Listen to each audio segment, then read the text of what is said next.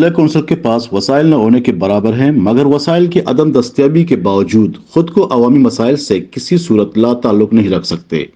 ہم عوام اور سرکاری محکموں کے درمیان پل کا کردار ادا کر رہے ہیں۔ یہ بات ضلع کونسل کیچ کے چیئرمین میر عثمان بلوچ اور وائس چیئرمین میر بہار جمیل دشتی نے میڈیا کے ساتھ تعارفی اجلاس کے دوران کہی۔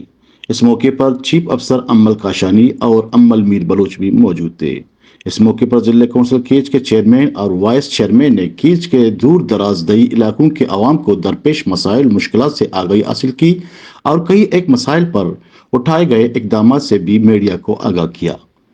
میر عثمان بلوچ نے کہا کہ صحت، تعلیم اور آبنوشی کے شعبے خصوصی ترجیحات میں سر فہرست ہیں۔ صحت کے شعبے کی بہتری کے لیے ڈی ایچ او کیچ کے ساتھ مل کر کام کر رہے ہیں۔ وائس چیئرمین ضلع کونسل کیچ کے نوٹس میں لانے کے بعد 2 ڈسپنسری درمکور اور پیدرا فعال بنا دیے گئے ہیں۔ دشت، کڈان اور بلنگور میں نادر آفس کی بحالی کے لیے کوشاں ہیں۔ کڈان نادرا آفس جلد بحال کر دیا جائے گا۔ اس موقع پر ڈڈے دشت سمیت ضلع کیچ کے دیگر واٹر سپلائی اسکیموں، بندات، سڑکوں کی تعمیر کی مد میں کرپشن کے ایشو پر بھی تبادلہ خیال کیا گیا۔